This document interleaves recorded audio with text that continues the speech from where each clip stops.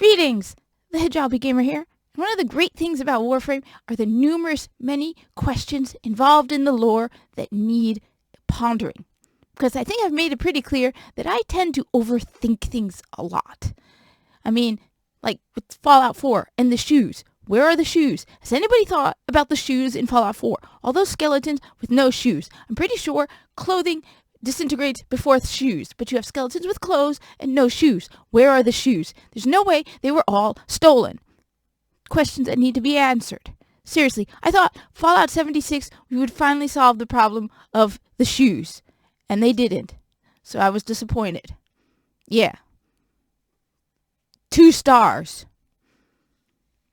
Anyway, that aside, there's also the question of the Ostrons in Cetus. If you've played Warframe, you've been to Cetus. It's the city near the plains of Eidolon, right? Well, all the Ostrons, what are they wearing? They're wearing strips of cloth. They basically look like walking mummies. Their clothing are bandages.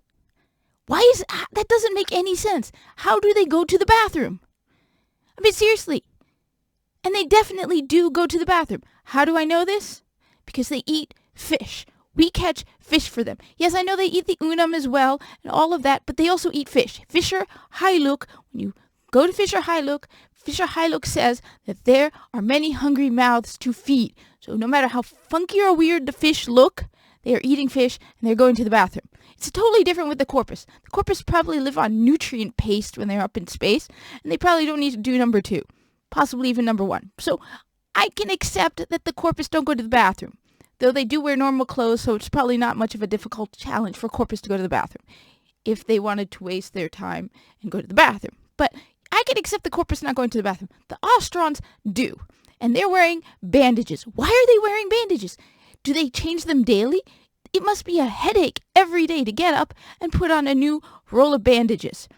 It must take forever. Can you see this mother who rolls up her child, and 5 minutes later the child runs up and goes, "Mommy, pee-pee, Mommy, pee-pee." Do they go to the bathroom in those strips of cloth? Do they wear them for multiple days on end? Because then the BO must be unbearable. The city must stink. And I suddenly no longer want to spend a lot of time in Cetus. However, it's still better than the necropolis on Deimos. That must really stink as well. But, I mean, these are questions that need answering. Why don't they just trade with the Corpus then? If they can't, for some odd reason, not make clothes, which I think they pretty much can because there is fabric, so they could just make clothes. I mean, they've seen Corpus. There are Corpus in Cetus, okay? There's a ceasefire. I looked into it. There is a ceasefire, and the Corpus can trade with the Ostron. So they've seen Corpus, so they have an idea of what clothing looks like. So, fine. Let's say, for some odd reason, they can't make their own clothes, even though they have strips of cloth. Trade with the Corpus. I have a new market for you, Corpus. Does that give me a spot on the board of directors? Ostron clothing. Ostron fashion. Make it be done, Corpus. But yeah, why not at the very least just clear their trading with the Corpus? Trade clothing. I mean, it would be so much worth the effort, especially when they have to go to the bathroom. Has anybody thought of this serious problem? It's an issue. Anyway, that aside, I've been thinking a lot about the ages of the Corpus and the Grineer and their lifespans, etc., etc. I mean, it seems at this point pretty much established that the Corpus do live for several centuries. I mean, our life expectancies have grown, so it makes sense in the far future, probably a lot longer. So it seems likely the Corpus lived for several centuries. Darvo was several years ago 105. He's at this point about 110, and he is considered an adolescent or a teenager, which he doesn't really look that young. But maybe, luxuriant lifestyle, a little too much by way of the smokies, if you know what I mean. So maybe luxurious lifestyle has kind of aged him a little. But Darvo is apparently a teenager. That would mean that, say, Viso is probably over 200. I mean, I'm not very good at guessing people's ages, so I actually asked somebody. Keep in mind, he is a video game character, and it's kind of hard to tell with video game characters. But a friend of mine said he looked closer to 40, and I thought Viso looked closer to 30. So let's put Viso at 35, which would mean he's probably over 200. And it's not because I don't think the Corpus hire teenagers. I'm pretty sure Viso has been working since he was as young as Darvo. But Viso has a goatee. So he has facial hair. So obviously Viso is an adult. So he's a lot older than Darvo. So he's probably over 200. So we know the Corpus lived for several centuries. On the other hand, the Grineer only live for a couple of decades, and they are unpleasant decades at that because of the genetic defects that have resulted from all of the cloning. So, I mean, maybe they live more than a couple of decades because you're comparing their lifespans to the Corpus, and the Corpus have several centuries. So maybe, but they said they only have short lives. They are difficult ones where they have to constantly replace limbs and augments and deal with all the genetic flaws that result from all the cloning. Now, where am I going with this?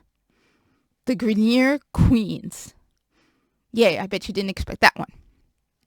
The Grineer Queens were originally Orokin. They were Orokin twins, right? I'm pretty sure I'm correct on this. They were originally Orokin twins. And, their bodies died, and they used transference continuity to transfer their consciousness into the bodies of Grineer. My question is, why Grineer? I mean, think about it. Why Grineer? They knew even back then that they were clones and that the clones had defects and they would have short, unpleasant lives and that they would have to do this more often. Even with, the best technology that they could get among the Grineer, they still are dealing with Grineer bodies and, worse, the bodies of their slaves, because the Grineer were slaves to the Orokin.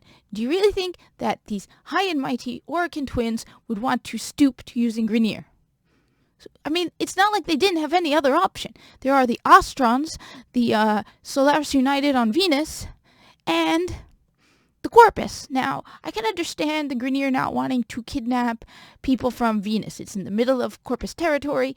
Yeah, they're not exactly stealthy. I don't see them really being able to handle that. So we strike them off the list. But what about the Ostrons who are on Earth? I mean, maybe it's because they don't want to disrupt the status quo, but I could still see every couple decades, going after a couple Ostron. However, maybe it's just they don't leave the city. One thing I thought was maybe you have to have a child. The Yuvan were young. But I don't think so. I mean, yeah, I get it. The tube men are kind of like mentally, when they first come out, kind of like mentally childlike, I guess. But you have the Silver Grove. And you have like the Cephalons, who are basically consciousnesses in computers. So I don't think they are limited to children. Let me know. If they are limited to children, that might explain at least a little that they can't get their hands on Ostron kids, and they probably can't get their hands on Corpus kids either. I mean, the Corpus definitely protect their kids. I mean, putting aside the fact that, you don't mess with Mama Bear or Papa Bear, but the Corpus can't just clone Corpus.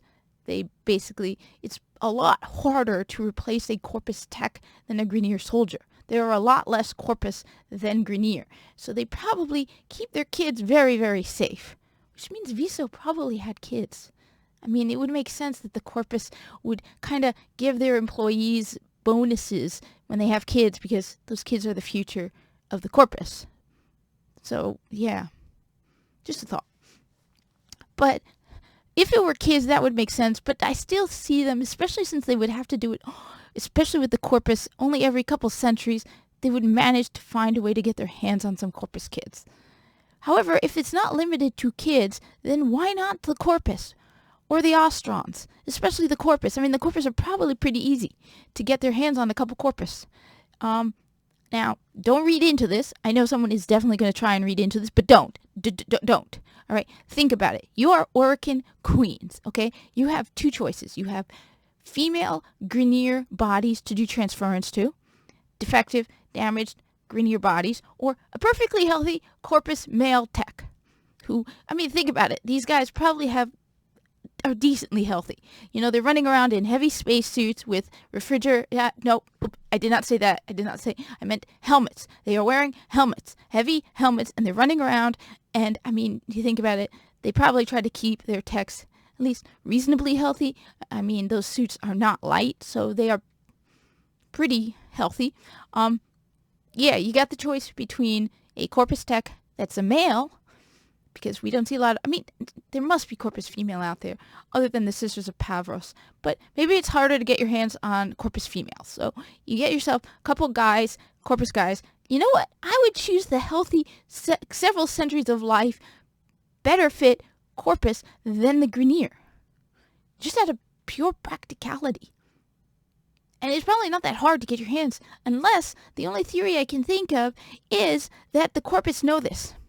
That the Corpus know this is what the Grineer are doing, and that the Grineer did try to get Corpus bodies for their queens, and the Corpus realized what they were doing, and they have now, like, trained their tech to know this, and to know that if you're captured by the Grineer, to self-delete yourself.